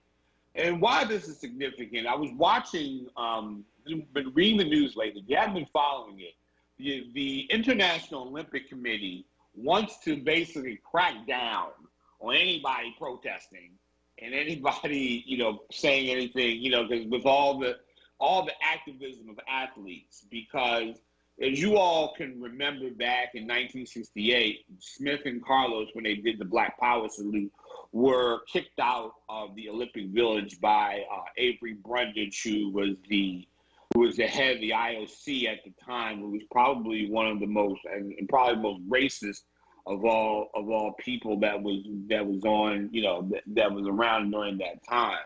This was a guy who basically kicked Jesse Owens after he won the gold medal, or the American Olympic Committee kicked him off because they were basically running Jesse in Europe and basically making him do it for free and not giving those guys. That was during the days when amateur athletics was run with the iron fist. And that was before the days athletes started demanding their rights to be paid for their efforts. Because, like I say again, this is a business now, and you got to pay people. But the very act, given the things that are going on around the world at this time, that the International Olympic Committee would actually do that, it was a major story on Brian Gumbel's show on HBO, and I thought I'd bring in David Steele to talk about that, the activism, as well as I may ask him some NBA stuff, some fan stuff, and all that. But the thing is that I don't think that the Olympic Committee is going to basically slow that down, because a part of a uniquely American value is free speech, and maybe that's not the way it is during the games. But then again, aren't you politicizing this by wearing USA, or you're right, you're playing for your country, and the mere act. If this were a true Olympic Games, it would not matter. what country you came from, unless it's team sports, and then maybe you can call your team not Team USA. Maybe guys from other countries would get together and just play, play as a team and whatnot, stuff like that. But by the very nature of you playing a national anthem, or by the very nature of people waving American flags or German flags or Brazilian flags or Russian flags, to me it's political, so what's the difference? And so as far as I'm concerned, if the athletes want to express themselves through protest, that's fine with me. We have Maurice from Southwest Philly online with us. What's happening, Maurice? Hey, man, listen, man, I've been listening to you all morning. I've been loving it, man. I know some people try to hit you with some deep stuff, but, what bothers me with sports in Philadelphia is that as black people, we don't take part on the entrepreneur side of this city. We're like 40% or more of the city. And when we have these big events like, say the Sixers won the championship, right? Something that we will all be proud of and want to celebrate. We don't have no method to cash in on none of that. We don't have any sports bars. We don't have no hotels. We don't have no parking lots. We don't even have a business district where white folks can come down and say, you know what, I want to go down there since the Sixers won and go down to check out some of them bars in Philadelphia and maybe, or sit outside like a South Street area that's in the black community and have a nice meal and get me some culture while I'm in Philly since they won that championship. You know what I'm saying? We're lacking that.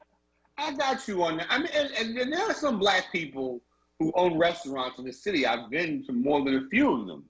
I do think you make a good point there. I mean, we would like to see more black businesses, in these areas running hotels and all that. And I think maybe that'll come one day. Yeah, but that one day is a poor excuse because back in the 70s, the first black department store was supposed to have been on 52nd and Chestnut, but it's a McDonald's there today. And the thing I'm trying to say is that one time we had South Street. It was our location. White folks used to come all over to go down to South Street because we had such good goods and entertainment down there. They would come down there to see us. You know what I'm saying? No, so we need to. I got you. We need to get that back so we can get more involved with these sports teams, so they'll do more investment in us because we are not only is this the city of Philadelphia of great sports teams, but it's also be a great city of black entertainment and business districts where people can come spend money. Because look, the other day Solomon Jones wore a Philly shirt, right? He was, but I don't think he knows the history of the Phillies and the black community. I don't think he knows the history. And by him wearing that shirt, you would think, hey, he'd give him a call before he come on the air and say, hey, look, you think maybe I won't wear a Philly shirt, give him free advertisement. You think you could slide maybe about 3 or 4 pairs of tickets down here I could give out to some of the black folks at this station, and it would promote your station, and it would, to be community service. But I didn't see none of that. He just wore the shirt and gave him some free advertisement. You know what I'm saying? But here's the thing with that, with the Phillies and the black community. I would say this honestly because I've spoken, over the years with some of the people who were running the team, at least Bill Giles and good Lord, I can't think of the other person name off the top of my head.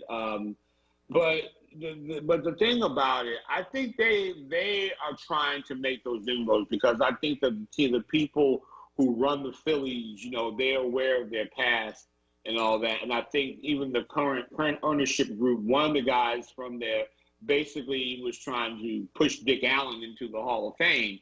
And I do think that it's a long story, and I think you're right. I think we should have more entrepreneurs. I do think that there has been dialogue over the years between the Phillies, and I'm not saying that. I'm just saying that from what I've reported and what I've spoken to people in the past, you know, that stuff has been there. Is it where you can debate on whether or not it's where it ought to be, where it ought to be? Okay, that's fine. But I do think that there is a realization that, you know, that there is, you know, that I think the community has been trying. People have been trying to work it out. I'm not saying I don't know the extent of how successful it is, but I think they've been trying. That's about. I want to close with this. What I'm saying is that we need to. This is on us. This is not on white people. This is on us to understand, like, with these sports teams, and this also being a top tourist center, because we just think of this as home. We don't think of Philadelphia as a tourist spot. That we need to be taking more advantage of these opportunities that we have here. If we was to be a little more entrepreneurish and be out there and raking some of this cash instead of always being consumers. And let me ask you, I will close with it. What have you spoken to Phil from Mount Airy lately, or have you seen him? I haven't seen him lately. I haven't spoken to him lately. The reason Why? I ask, because he's such a specialist in black baseball that, you know, by baseball buying up or investing in black baseball, I'm just afraid that if we don't have any connections or any part of that as sports announcers like yourself, they will take it and commercialize it and rake in all the cash from it, and we be left with nothing but looking on the outside in. And since they decide they want to get involved in black baseball, that's all I'm saying. Thank you. Okay, no problem. Thank you very much, Maurice. All right. Well, I'll talk about that later. Right now we have David Steele, the author of Silent Gesture, the autobiography of Tommy Smith. Great book. If you have not read it, please add that to your library. David, first of all, welcome to the show, but I got to ask you, the IOC is basically telling athletes, you better not come here with all this protest and putting these things out there. What are your thoughts on that? And do you anticipate a lot of the athletes, you know, doing some form of protest, especially from the U.S. team, during these Olympics, maybe during the medal ceremonies or during opening ceremonies? What are your thoughts on the IOC's rule? Well, first of all, Chris, thanks again for having me on. It's been too long, and that's probably my fault as well. I would love to be out here even more because I love these conversations that we have and stuff. But I think everybody. This is presuming there's going to be an Olympic Games, and that's a discussion entirely separate from all of this. But if and when there are games, I think everybody should fully expect either individual American athletes or collectively, you know, could be entire teams, could be, you know, groups of athletes paired off in different sized groups. It could very well be during the opening ceremonies. It could be during medal ceremonies. It could be during the course of different competitions. Things that it could be small things, big things. There's going to be some American athletes, I mean multiple American athletes, that are going to do something. I don't think there's any doubt about that right now. I don't think any of them who we've already seen make statements of some kind, they're in no mood to stop that just because the IOC says that they will. And I think a big element of this is that the U.S. Olympic Committee has so far stood behind the American athletes, and not so much in direct defiance with the IOC's order, but just in saying, you do not have to worry that we are going to punish you, or that we are going to reprimand you, or that we're not going to stand behind you, that we're going to defer to the IOC. But you have the blessing from us to go do something. And if and when that happens, well, then we'll see if the USOC really does stand behind them. But they're not going to get any resistance from their own country, their own country's Olympic Committee. So I would be absolutely shocked if nobody did anything from the American side. Here's the thing about the Olympics. You know, for all the talk that they say about we're going to keep politics out of the games, That's never really happened. And I go back because in '68 there was another situation where the Soviet Union in 1968 invaded Czechoslovakia, what was called Czechoslovakia back then, and the European gymnast, a Czechoslovakian gymnast who won I think the bronze medal, had to stand for the Soviet national anthem, and she turned her head away. I'm trying to remember the gesture that she made, and the IOC did nothing about that. And the crazy part about that is that if I were her, I would have done the same thing. That, you know, the Soviet Union invaded my country, I would have felt the same way. But nothing was done to her, nor was anything done to George Foreman when he broke out the American flag when he defeated the Russian and that's politics and everything. Isn't there a little bit of hypocrisy to the IOC when it comes to that? I mean, the very idea that you have flags of nations. Why not let the athletes, you know, a better idea for the Olympics? Let the athletes do what LeBron James did. Choose up sides, and we'll say our group of guys. I mean, with no nationalism at all. I mean, what do you think of that idea? I would love that, honestly. I mean, I think it's way past time. Well, there's a million different things about the Olympics that need to change here in the 21st century. I mean, the entire thing is a relic of the 19th century anyway. I mean, just the entire concept of amateurism, which they took entirely too long to even come to anything close to a resolution about. There's still vestiges of that all over the place. That the nationalism, the fact that you had to belong to a national team, which again, they waive every once in a while when they feel like they have to. Like when the Soviet Union broke up, they decided to sort of waive the entire idea of, you know, you have to represent a country. When they had a refugee team, you know, I guess it was I think that was in Rio. It might have been London. But one of the very recent ones where they had a team of refugees from, you know, countries that had been invaded. And can you imagine? I think that might have been Atlanta. That might have been the unified team. That's what they were called. The unified team was Atlanta. Exactly. Yeah, that was right after the breakup of the dissolution of the Soviet Union. Yeah, I mean, you think of all the autocratic, you know, obscenely corrupt major sports organizations that we have. So we're talking about FIFA. We're talking about the NCAA, we're talking about the NFL. I mean, the IOC probably is the king of them all. They rule the landscape in terms of just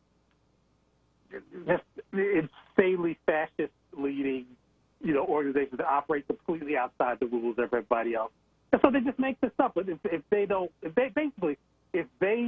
want, and we have to be real clear about this, if they don't want black people making a noise about racism, that they're going to fabricate a rule or 2 or 10 or 50 to make sure that it's not it. And that's really what it is. It's anti-blackness. It's a worldwide connected white supremacy. Because you're right, your example of the gymnasts from the Soviet Union is a perfect example. 1968 games were completely dominated in terms of punishment and turmoil and controversy and the rights of athletes and ejecting people and threatening to throw entire teams out of the game was revolving around what the U.S. black athletes were doing. And everything else, the European countries and countries that were under the thumb of the Soviet Union were just completely ignored because they favored that. They were happy with it. They were champions of freedom and equality for those countries. But when it came to black people, it was time for everybody to shut up. And there's still, again, vestiges of that in everything that the IOC is doing now. I mean, if the IOC really, that's what they really matters, then they would probably have a whole lot more, 1, black people, and 2, you know, African nations in the highest of Olympic official authority in the organization. But they don't. You know, it's just another succession of Europeans who rule on whether black people are allowed to exist or not.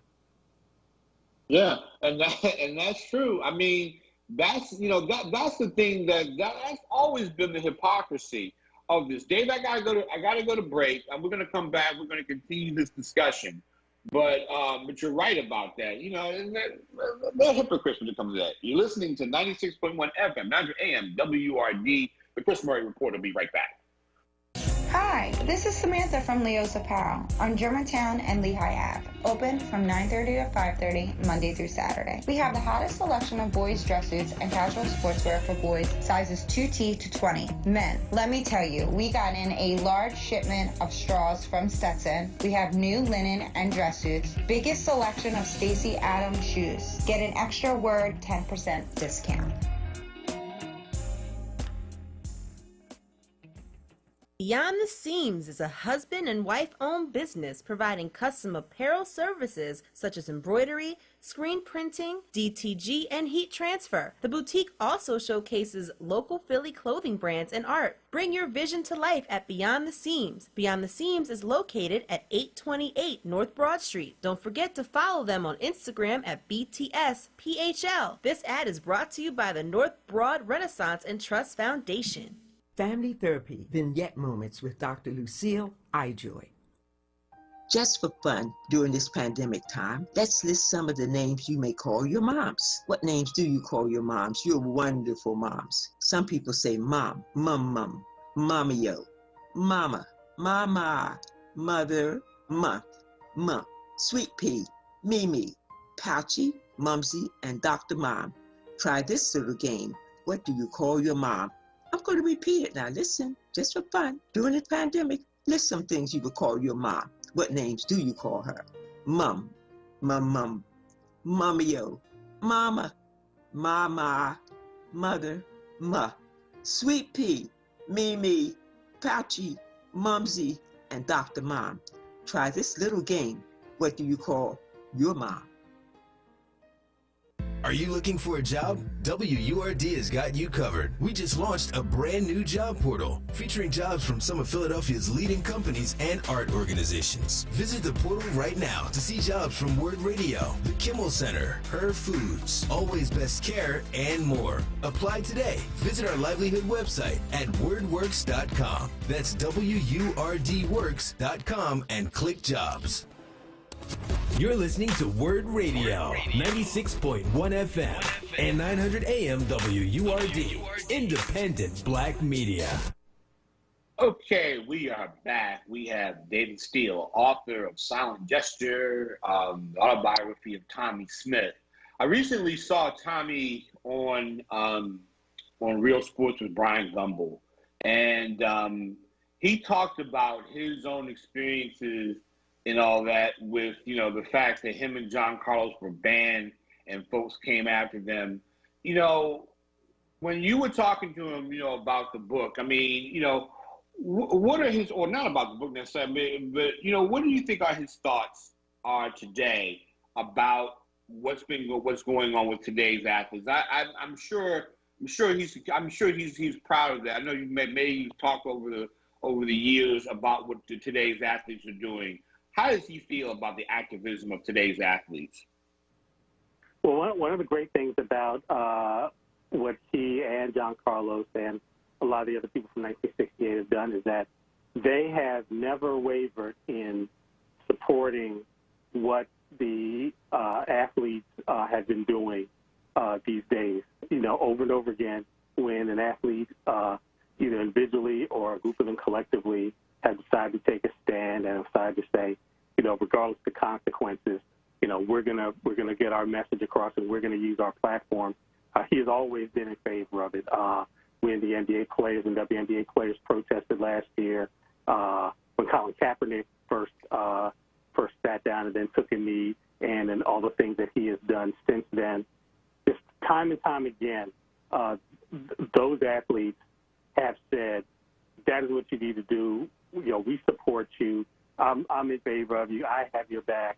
Anything you need from me in terms of counsel or mentoring or advice or anything like that. And Harry Edwards, let me throw his name in as well. He's very prominent in that sort of thing as well. They have never taken a step back. They've never said that they have second thoughts or regrets about what they've done. They've acknowledged the severe repercussions that they've felt over the years from different places. They always talk about how they are still getting death threats. They're still getting harassed. They're still getting called out of their names by people, getting called traitors and things like that all these years later. And in fact, about a year ago, or it was probably almost 2 years ago now that I think about it, when the U.S. Olympic Hall of Fame finally inducted Tommy and John, Tommy was very clear in saying, you guys took too long. What was your problem all these years? Instead of this little by little, step by step, incremental, crawl towards, acknowledging what we did and admitting that you went, way overboard the way you reacted back in 1968. It's just a reminder that over and over again, they've stood behind what the athletes have done, even at this point in their lives. They're not saying, "Oh, these kids don't know this or these kids don't know that." They're right. They're behind them every single time. See, here's the thing that often bothers me about, and I went through this last year during the George Floyd protest, and I wrote a column about Colin Kaepernick. It's almost as if these guys are standing up to the best of American ideals, as Tommy Smith and John Carlos, and I forgot the gentleman who was with them from Australia. What was his name? Peter Norman. Peter Norman. Yeah. And it seems that everybody knows that. Even in the NFL, it was an NFL exec who said that, hey, there's a lot of people who agreed with him, but it seems time and time again that at the time when this goes on, no one wants to have the courage to say that, hey, these guys are right. But it always takes this passage. Same thing with Ali. It's always this passage of time that, okay, wow, maybe we were right. But at the time they were protesting, it was like no one wanted to listen to anything that these guys said. I mean, like I said, we got a few more minutes, but I'm just saying, what are your thoughts about that? I mean, it's almost like, you deep down inside, these guys are right, but yet you're going to try to put them through all this torture in their lives, even though you knew they were right in the first place. Yeah, this country overall and just most of the people in it have very, very selective memories about those kind of things. And I think that one thing people have recognized as they look at what the Colin Kaepernicks and the LeBrons and the Steph Currys and the, the Natasha Cloud, the Renee Montgomery, just all the athletes, Megan Rapinoe, there's just such a long list of them that when they're old, when they're in their 70s or 80s, and people who today are calling them traitors and calling them, stabbing their country in the back and disrespecting the troops and the brave men in blue, they're all going to say that, they were behind him 100%. It's like it's the same thing people say about Dr. King. Oh, you'd only been like Dr. King, when everybody knows that Dr. King was the most hated man in America, literally on the day that they shot him dead. So, this is the nature. I don't know. I don't even want to say it's human nature. It's just the nature of this country and this culture. That when they see, people fighting and sacrificing for the right thing and for things to change for the better, that they deny it now and then decades later call that person a hero. It's just the way that the curve of history has gone. Yeah, it's just hypocritical, because my thing is that I saw the people who protested the Vietnam War. I saw them as patriotic because it seemed like the nature we on paper the Constitution says you have free speech, you have a right to challenge your government, unless of course you're black, unless of course it just seems that America, when it comes down to sports, it seems like America will never get past this racism. I mean, it's just I look at it like, for all these things, why is it every time we speak up for our rights, it gets shot down? It's amazing to me that we try to point out, it's almost as if we are the conscience of the nation to say, look, America, you stand for this. These are your principles. You said this 200 years ago, even though we were slaves. But, but that's the thing. It's always been this fight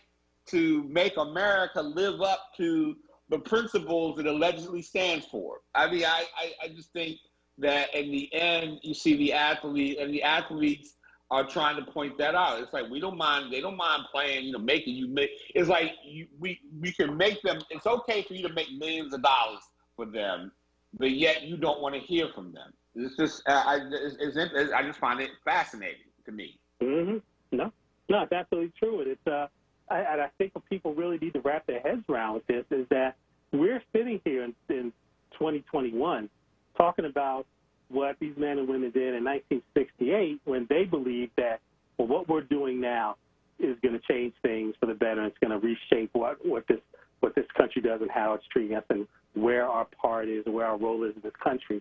And here we are going out in the streets, going into arenas, kneeling and protesting and boycotting and all these things for the exact same things they did 53 years ago.